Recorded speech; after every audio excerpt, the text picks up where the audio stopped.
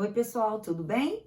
Aqui estamos para a nossa última aula de genética clássica. Nós vamos falar sobre herança do sexo. Vamos ver se o sexo tem influência na transmissão dos caracteres hereditários.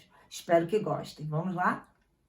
Você certamente se lembra que ao estudarmos o cariótipo humano, vimos que a maioria dos teus cromossomos estão aos pares, e esses pares são chamados de homólogos. Os dois cromossomos de um par de homólogos contêm as mesmas informações básicas, ou seja, os mesmos genes alelos posicionados no mesmo locus. Entretanto, esses alelos podem ter versões diferentes de um mesmo caráter, como na figura os genes Vzão e Vzinho. Mas espere aí, todos os nossos cromossomos estão organizados em pares de homólogos? A resposta depende de você ser homem ou mulher. Um homem tem dois cromossomos sexuais, o X e o Y. Ao contrário dos 44 autossomos, os não sexuais, o X e o Y não carregam os mesmos genes e não são considerados homólogos. Em vez de um X e um Y, a mulher tem dois cromossomos X. Estes cromossomos X formam realmente um par de homólogos genuínos.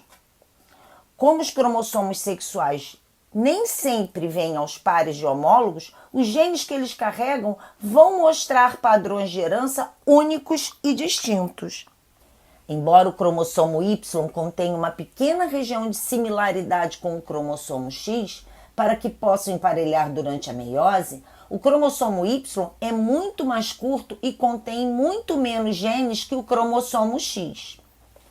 Certamente, por conta disso, deve estar passando pela sua cabeça a seguinte pergunta: se a mulher tem dois cromossomos X e eles são maiores que o cromossomo Y, ela não teria genes a mais?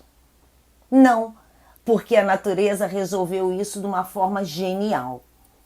Um dos cromossomos X está desativado, isto é, o DNA encontra-se sempre enrolado e não permite que seja lido e, por consequência, não produza proteínas a mais. Esse processo de enrolamento e consequente inativação do X foi descoberto em 1961 pela geneticista britânica Mary Lyon e às vezes é chamado de lionização em sua homenagem. A inativação do X envolve a ligação de um grupo metil às citosinas do cromossomo X, que ao se enrolar passará a ser chamado de corpúsculo de Barr ou também chamada de cromatina sexual. Acredita-se que esse mecanismo seja uma forma de compensação de dose para que a fêmea não tenha maior quantidade de produtos gênicos do que encontrado em machos. Segundo a hipótese de Lyon, a inativação do cromossomo X é aleatória. Qualquer um dos dois cromossomos X da mulher, seja o proveniente do pai ou da mãe, podem ficar inativos. Assim, as fêmeas são um verdadeiro mosaico de células, algumas com o cromossomo paternal X ativo, outras com o maternal X ativo. Em determinadas regiões do corpo, expressam um alelo paterno e nas demais o outro alelo materno. Podemos observar esse fenômeno quando analisamos as características de mulheres mosaicas para uma doença que afeta a pele. Regiões da pele em que o cromossomo X está ativo e que possui o gene da doença têm áreas sem glândulas sudoríparas e pelos, enquanto que as áreas onde o cromossomo X está ativo e possui o gene para a normalidade, as áreas são normais com glândulas sudoríparas e pelos. Veja esse gatinho doméstico, lindinho, né? Quando você vir um desses, pode ter certeza que é uma fêmea. Gatinhos malhados são mosaicos e são sempre fêmeas. Mas por que tanta certeza disso? Nesses gatos, o gene responsável pela cor do pelo está localizado no cromossomo X e possui dois alelos, um correspondente à cor laranja, o Bzão, e outro correspondente à cor preta, o Bzinho. Para mostrar que o gene está no cromossomo X, usamos uma representação especial. Representamos o X com a letra correspondente do alelo sobrescrito. Lembrando que as fêmeas possuem dois cromossomos X, podemos ter 3 combinações diferentes de alelos, que equivalem a 3 genótipos diferentes. O XBzão, XBzão, o XBzão, XBzinho e o XBzinho, XBzinho. As gatas com 2 alelos Bzão são laranjas, e com os alelos diferentes, Bzão e Bzinho, as heterozigotas, são preta e laranjas. E as com 2 alelos Bzinhos são sempre pretas. Os machos, como têm apenas um cromossomo X, ou são XBzão Y ou XBzinho Y, isto é, ou todos pretos ou todos laranjas. Machos tricolores só em casos raríssimos, em que os gatinhos apresentam síndrome de Klinefelter. Eles seriam X, XY, como pode acontecer, inclusive com humanos.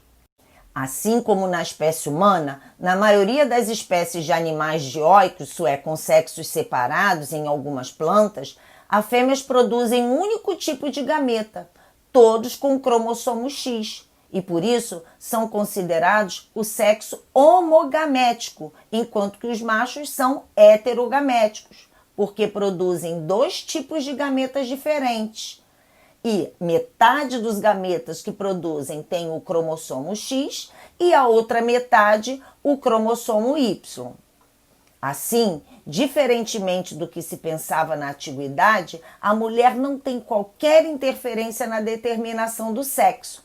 O sexo é determinado pelo pai e a chance de produzir um macho ou uma fêmea é de 50%.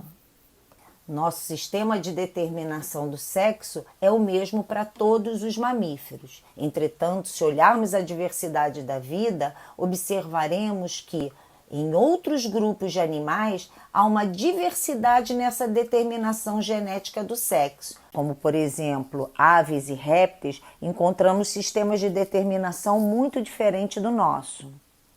Nesse sistema, ao invés do sexo ser determinado pelo pai, é determinado pela mãe. Nesse grupo, um par de cromossomos Z dará origem a um macho, e esses machos darão sempre o cromossomo Z aos seus gametas.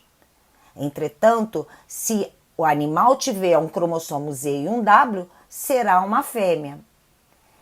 Mesmo assim, a probabilidade de nascer machos e fêmeas é a mesma, 50-50, dependendo se a mãe doa um cromossomo Z ou um W aos seus óvulos. Alguns grupos de animais tomaram um rumo muito diferente oposto ao nosso. Formigas, por exemplo, têm um sistema muito inusitado. A gente já sabe que qualquer formiga macho não tem pai, é órfão. Em um formigueiro, há divisão de trabalho. Há soldados que defendem a colônia, há trabalhadores que coletam a comida, limpam o ninho e tomam conta dos jovens, e há uma rainha e um pequeno grupo de machos. Aí é que a coisa fica interessante. Se a rainha acasalar, ela armazenará os espermatozoides do macho. E aí, dessa forma, ela, ao fertilizar os óvulos, nascerão apenas formigas fêmeas. Entretanto, se ela depositar um ovo sem fertilizá-lo, então esse ovo irá desenvolver uma formiga macho por partenogênese. Mas sempre então que a formiga for macho, ela não tem pai. E a formiga macho vive suas vidas como se fosse uma cópia de gene, como se fosse um gameta ambulante.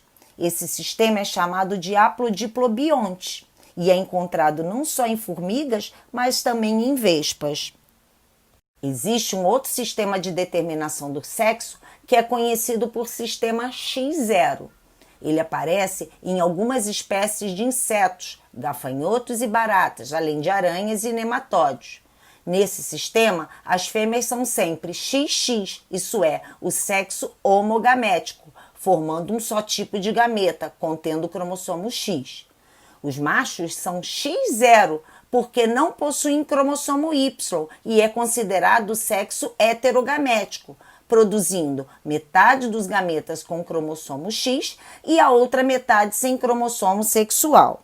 O que estudamos até aqui nos faz pensar que em todos os grupos animais o sexo é determinado por genes que estão localizados nos cromossomos sexuais.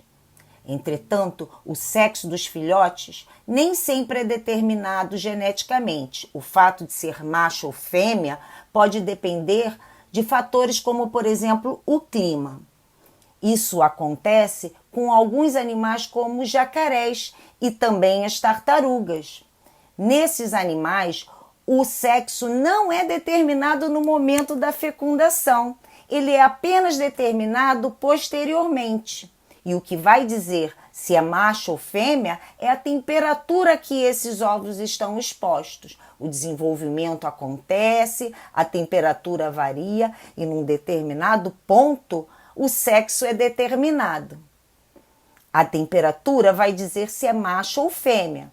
Temperaturas mais altas determinarão o aparecimento de fêmeas, enquanto que temperaturas mais baixas produzirão machos.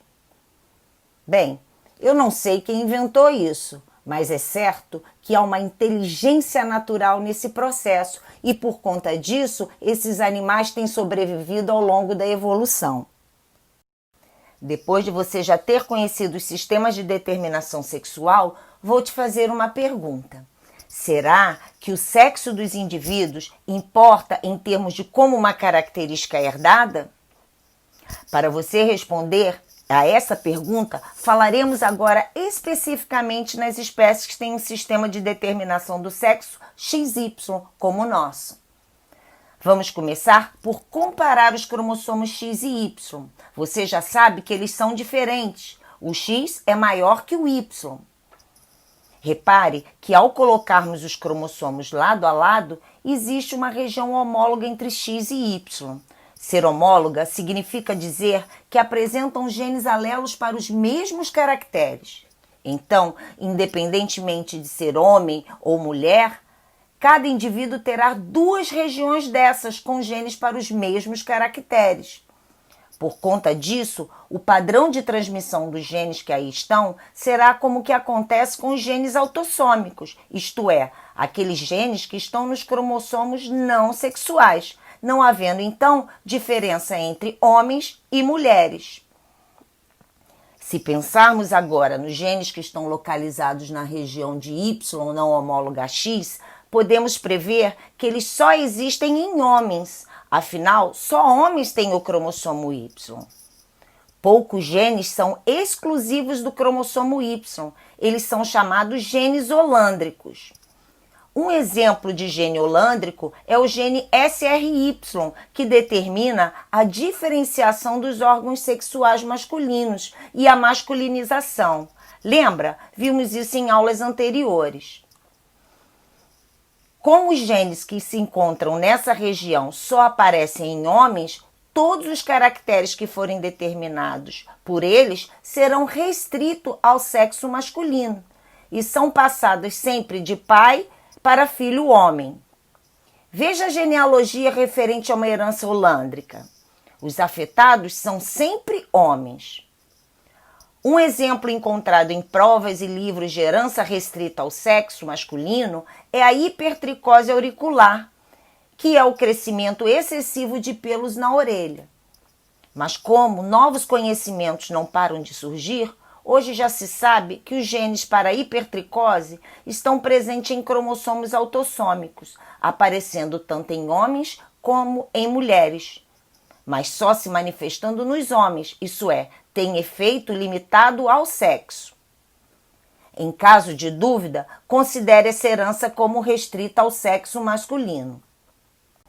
Agora, vamos pensar nos genes que estão localizados na região de X não homóloga a Y. Quantas dessas regiões a mulher tem? 2, porque ela tem 2 cromossomos X, enquanto que o homem tem apenas uma vez que o homem só tem um cromossomo X. Então, heranças determinadas por genes que estão nessa região se caracterizam pelo fato de os descendentes do sexo masculino herdarem os genes localizados no cromossomo X apenas das suas mães, enquanto os do sexo feminino recebem metade das mães e metade dos pais. Assim sendo, as mães transmitem genes situados no cromossomo X tanto aos filhos quanto às filhas. Já os pais somente passam os genes desse único X às filhas. Esse padrão de transmissão é conhecido como herança ligada ao sexo, ou sex-linked. Na espécie humana, inúmeros genes situados nessa região não atuam na determinação sexual, e alguns deles estão relacionados à hemofilia, ao daltonismo e a uma doença muscular chamada distrofia muscular de Duchenne. A hemofilia é uma doença que acomete principalmente o sexo masculino e compromete a coagulação do sangue, provocando hemorragia. A doença é causada pela falta de proteínas que participam nas reações de coagulação, como o fator 8 e 9, e que não são produzidos nos indivíduos hemofílicos, ocasionando dois tipos de hemofilia, A e B.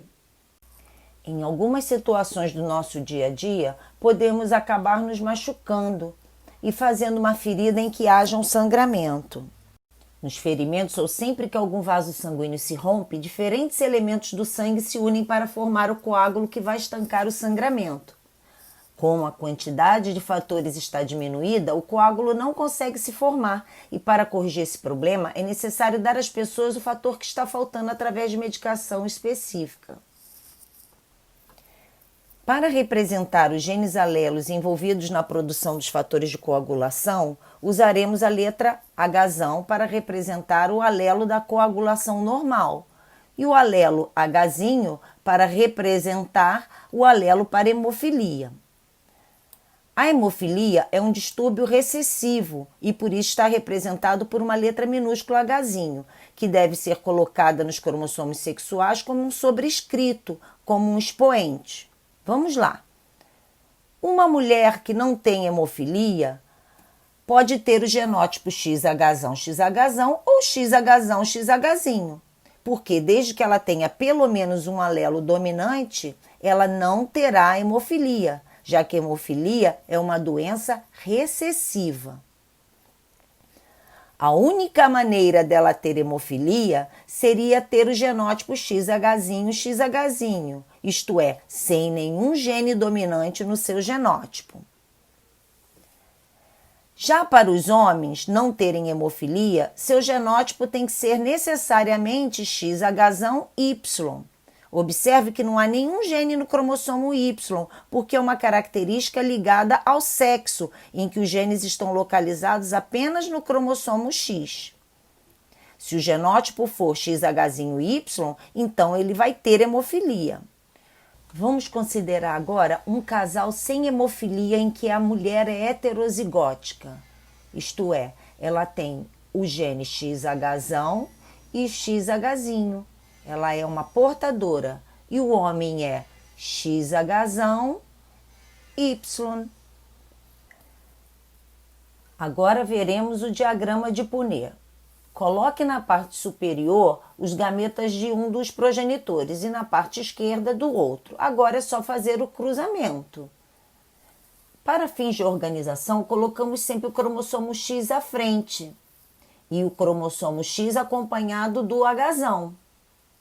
O que vemos no centro do quadro são as crianças que podem ser nascidas a partir desse casal.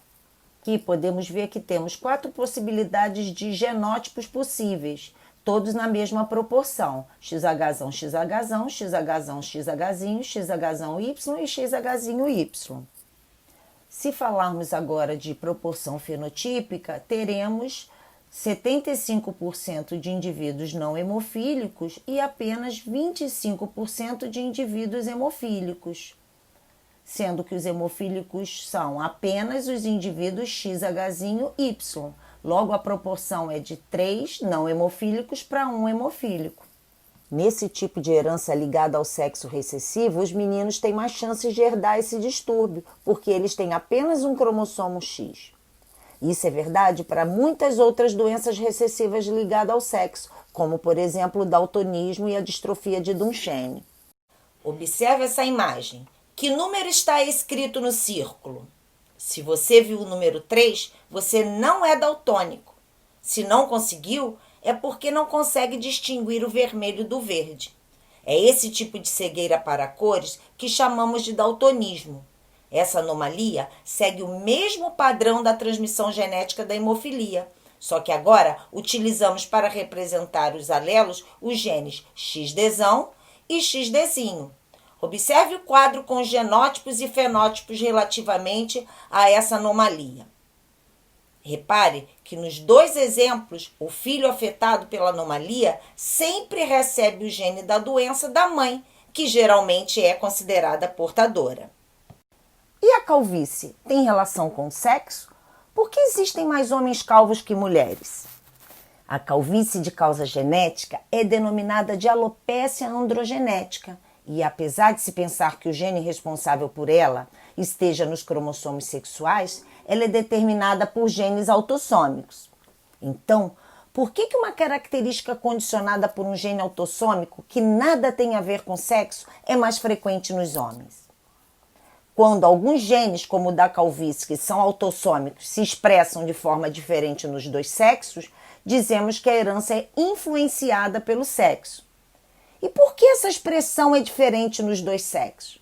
A grande influenciadora disso é a testosterona. A testosterona é convertida em dihidrotestosterona, DHT, por uma enzima que interage com receptores que se encontram nos folículos pilosos, causando enfraquecimento dos fios e queda. Quanto mais receptores de DHT, mais careca. Mulheres produzem muito menos testosterona que os homens e, portanto, mesmo que tenham predisposição genética, não têm DHT suficiente para produzir uma devastação na cabeleira. O mais comum é que o cabelo fique fininho como o de um bebê e não chegue a cair. O alelo Czão, que condiciona a calvície, se comporta como dominante nos homens, se expressa em homozigose, Czão, e heterozigose, Czão. E apesar de o representarmos por uma letra maiúscula, é recessivo nas mulheres, se expressa apenas em dose dupla ou homozigose, Czão. Assim, mulheres têm menos possibilidade de serem calvas que homens, porque mulheres Czão e Czinho terão sempre cabelos normais. Gostaram da aula? Conseguiram compreender tudo? Agora vamos aos exercícios. Por favor, resolvam e se tiverem dúvidas, nos procurem. Nós aguardamos vocês por lá. Um beijo.